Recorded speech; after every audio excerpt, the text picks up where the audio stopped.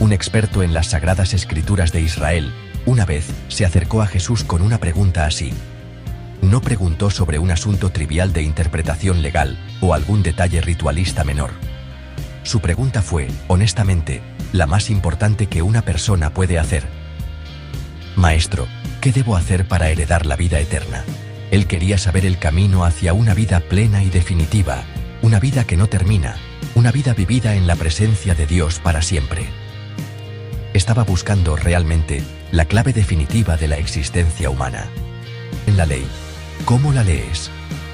Jesús lo invita a mirar su propia tradición, al corazón de su propia fe. El hombre, bien versado en las Escrituras, responde con claridad y precisión. Sintetiza toda la ley en dos principios fundamentales. Ponte 1. Amarás al Señor tu Dios con todo tu corazón, y con toda tu alma, y con todas tus fuerzas, y con toda tu mente. 1.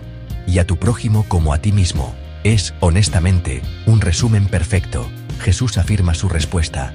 Has respondido correctamente, le dice. Haz esto, y vivirás.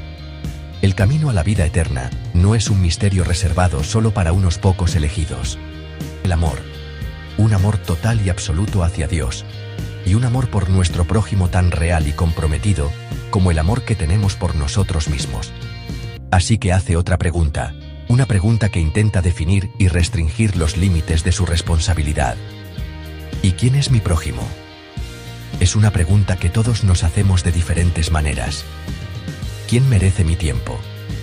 ¿Quién es digno de mi ayuda? ¿Dónde termina mi obligación? Es en respuesta a esta parábola del buen samaritano. Va de Jerusalén a Jericó. Ahora, este era un camino peligroso. Era un sendero empinado y sinuoso que descendía casi 3.300 pies, a lo largo de 17 millas, lleno de afloramientos rocosos y cuevas. Era tristemente célebre, por ser un lugar donde ladrones y bandidos podían emboscar fácilmente a los viajeros desprevenidos. El hombre de la parábola nos representa a cualquiera de nosotros. Es anónimo. No tiene nombre, ni raza, ni estatus social. Es simplemente un ser humano en un viaje, vulnerable y expuesto a los peligros del mundo. Es cada persona que emprende el viaje de la vida. De repente, el viaje se convierte en una pesadilla.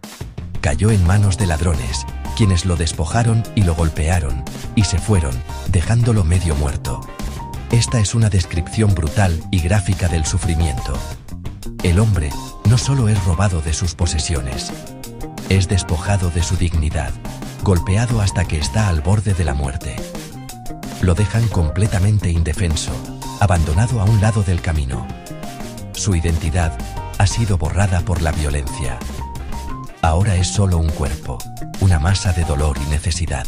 O se convierte en el escenario de un profundo drama sobre el verdadero significado de ser humano. Es el campo de pruebas para la fe, para la religión y para el amor. ¿Qué pasará después? ¿Quién verá a este hombre? Y lo que es más importante, ¿cómo reaccionarán a su silenciosa súplica de ayuda? La historia nos obliga a ponernos en ese camino y a confrontar la misma elección. La primera persona en bajar por ese camino es un sacerdote. Esto habría sido una vista esperanzadora para cualquiera familiarizado con la cultura. Un sacerdote era un hombre de Dios, un siervo del templo en Jerusalén. Era un profesional religioso, alguien que dedicaba su vida a los deberes sagrados y a la enseñanza de la ley de Dios. Uno esperaría que fuera el primero en mostrar compasión, en encarnar el amor que la ley mandaba. Era, por su misma vocación, supuesto a ser un hombre de misericordia. Toda su vida estaba estructurada alrededor de la adoración a Dios y el servicio al pueblo. Representaba la institución religiosa oficial en su forma más elevada. Sin embargo, la parábola presenta un giro sorprendente. Cuando lo vio, pasó de largo por el otro lado. Ve al hombre herido, no hay duda de eso. Es plenamente consciente del sufrimiento que yace ante él. Pero toma una decisión deliberada de evitarlo. Cruza al lado opuesto del camino. ¿Por qué? Tal vez tenía miedo de que los ladrones aún estuvieran cerca. Tal vez le preocupaba que tocar un cuerpo medio muerto lo hiciera ritualmente impuro, impidiéndole realizar sus deberes en el templo. Cualquiera que fuera su razón, Su observancia religiosa se convirtió en una excusa para no amar. Su miedo, sus reglas o su conveniencia personal eran más importantes que una vida humana. Luego, aparece un levita. Los levitas también eran figuras religiosas, asistentes de los sacerdotes en el culto del templo. Eran parte del mismo sistema sagrado. Al igual que el sacerdote, el levita era un miembro respetado de la comunidad, alguien que conocía la ley y se esperaba que viviera de acuerdo con ella. Representa el segundo nivel de la institución religiosa. Seguramente se detendrá. Seguramente mostrará la misericordia que el sacerdote no ofreció. También se acerca al lugar donde yace el hombre. Ve la misma horrible escena de sufrimiento y desesperación que vio el sacerdote. La oportunidad de actuar, de salvar una vida, se le presenta también a él. Pero el resultado es desgarradoramente el mismo. Así también un levita, cuando llegó al lugar y lo vio, pasó de largo por el otro lado. Él también toma la decisión consciente de ignorar al hombre que sufre. Sigue el mismo camino de evasión que el sacerdote. En estas dos figuras, Jesús pinta una crítica devastadora de una religión que se ha desconectado de la vida. Es una religión de rituales sin compasión, de reglas sin misericordia, de ortodoxia sin amor. El sacerdote y el levita conocían la ley perfectamente, pero no lograron entender su corazón. Honraron a Dios en el templo, pero lo deshonraron en el camino al abandonar a su hijo sufriente. Después del fracaso de los líderes religiosos, aparece un tercer viajero. Pero un samaritano, mientras viajaba, llegó a donde él estaba. Esta introducción habría sido sorprendente para la audiencia judía de Jesús. Los samaritanos eran despreciados. Eran vistos como herejes, como extranjeros, como enemigos de la verdadera fe de Israel. Había una profunda animosidad histórica y religiosa entre judíos y samaritanos. No se hablaban entre sí. Evitaban viajar por los territorios del otro.